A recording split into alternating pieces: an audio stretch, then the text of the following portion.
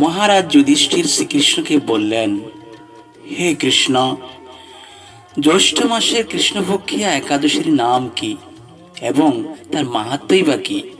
আমি শুনতে ইচ্ছা করি। আপনি অনুগ্রহ করে তা বর্ণনা করুন। শ্রীকৃষ্ণ বললেন, হে মহারাজ, মানুষের মঙ্গলের জন্য আপনি খুব ভালো প্রশ্ন করেছেন। বহু পুণ্য প্রদানকারী, মহাপাপ বিনাশকারী ও পুত্র দানকারী এই একাদশী অপরা নামে খ্যাত। এই ব্রত পালনকারী ব্যক্তি জগতে প্রসিদ্ধি লাভ করে। ব্রহ্মহত্যা, গোহত্যা, ভ্রূণহত্যা, পরনিন্দা, পরস্ত্রী গমন, মিথ্যা ভাষণ প্রভৃতি গুরুতর পাপ এই ব্রত পালনে নষ্ট হয়ে যায়। যারা মিথ্যা সাক্ষ্য দান করে, ওজন বিষয়ে ছলনা করে, শাস্ত্রের মিথ্যা ব্যাখ্যা প্রদান করে, জ্যোতিষের মিথ্যা গণনা ও মিথ্যা চিকিৎসায় রত থাকে, তারা সকলেই নরক যাতনা ভোগ করে।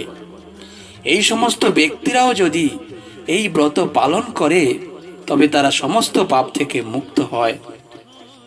ক্ষত্রিয় যদি স্বধর্ম ত্যাগ করে যুদ্ধক্ষেত্র থেকে পালিয়ে যায় তবে সে ঘোরতর নরকগামী হয়, কিন্তু সেও এই ব্রত পালনে মুক্ত হয়ে স্বর্গগতি লাভ করে।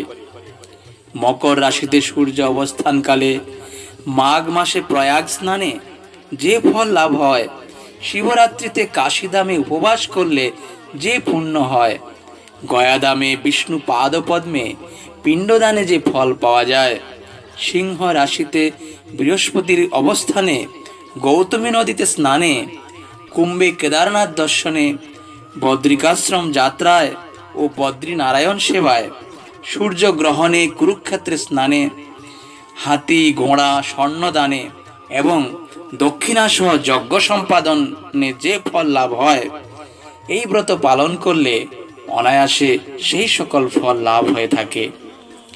এই অপরা ব্রত পাপরূপ বৃক্ষের কুঠার স্বরূপ, পাপরূপ কাষ্ঠের দাবাগ্নির মতো, পাপরূপ অন্ধকারের সূর্য সদৃশ এবং পাপহস্তির সিংহ স্বরূপ।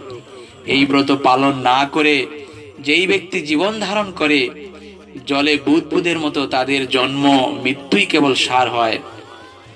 অপরা একাদশীতে উপবাস করে বিষ্ণু পূজা করলে সর্ব পাপ মুক্ত হয়ে বিষ্ণু লোকে গতি হয়। এই ব্রত কথা পাঠ ও শ্রবণ করলে সহস্র গোদানের ফল লাভ হয়।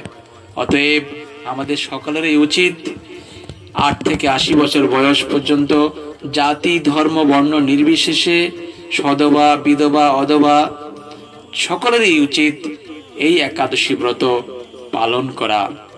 হরে কৃষ্ণ কৃষ্ণ কৃষ্ণ হরে হরে, হরে রাম রাম রাম হরে হরে।